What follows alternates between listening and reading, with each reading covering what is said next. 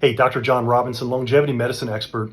I wanted to talk with you a little bit about what's going on here at Sculpt MD. I've been here now for the past couple of days and have seen some patients and had some pretty interesting results and exposure to some really fantastic people, and I wanted to tell you a little bit about it.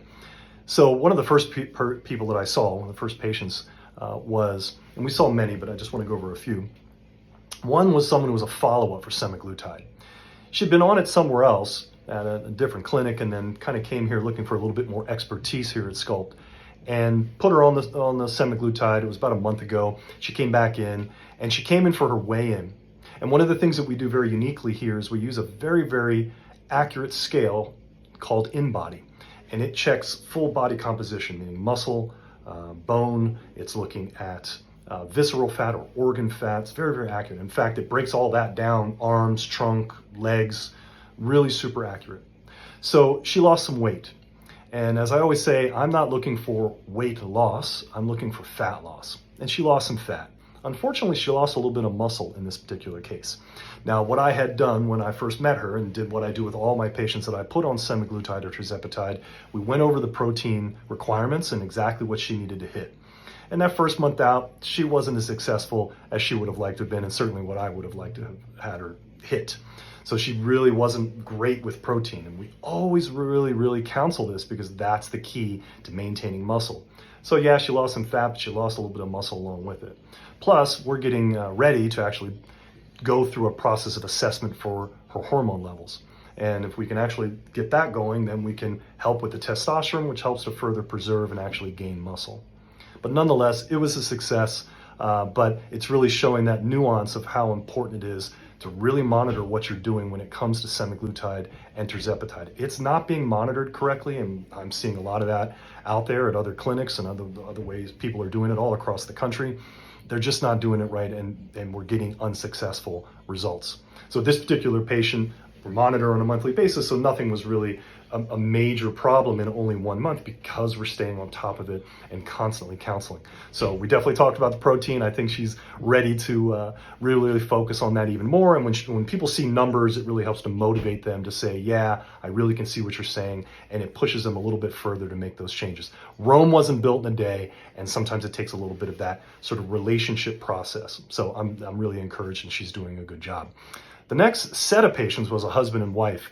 They were just a fantastic couple. It was great talking with them, and they came in ultimately also for semaglutide and tirzepatide, and we were able to kind of move forward with that. What was interesting, particularly with the wife, she also already kind of came in with a low amount of muscle. Again, having this particular body composition scale that we have really helps to start that fantastic conversation about how incredibly important muscle is. So we started off, and we of course went through, I show exactly a calculation of how to get to the ideal levels of protein and how many grams you need a day, and then started counseling from there.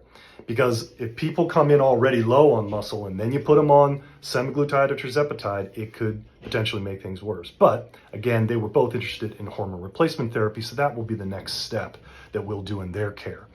For the husband, he actually needed to gain a little bit of muscle, but it was mostly, in his case, fat. But yeah, back to the wife and what happens with a lot of people. I wanted to mention this too.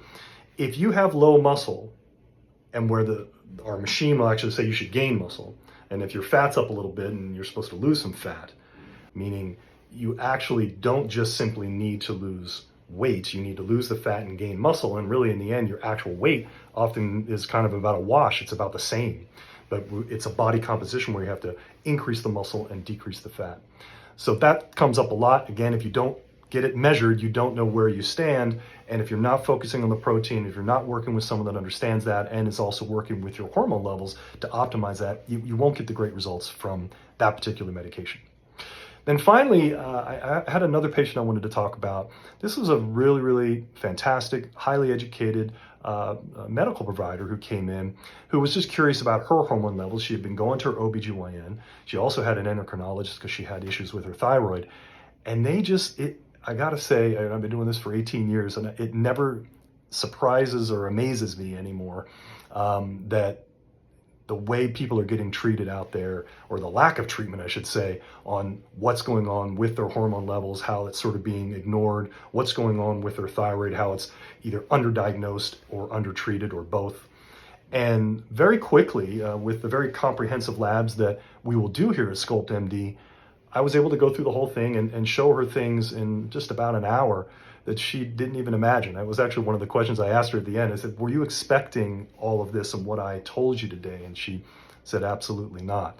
So it was fantastic for me, because one of the key things that I've been focusing on also for many years, and both of my books that I've written were for my thyroid patients. So it's a passion of mine. So being able to help with thyroid when it sort of presents itself, and when patients who are on thyroid medication are just not getting the right treatment, it's a fantastic way to really change people's lives when you can really figure out the thyroid hormone dosing and that whole process. So it was great working with her too, and I think there's going to be some great results. I really want to encourage everyone, if you've got time and the inclination to come in and get your hormone levels checked, understand a little bit more about if you have any weight loss goals or fat loss goals, and maybe looking into improving your muscle to be able to improve all kinds of things in your life, definitely give us a call. Come by and see me. I'd love to see you.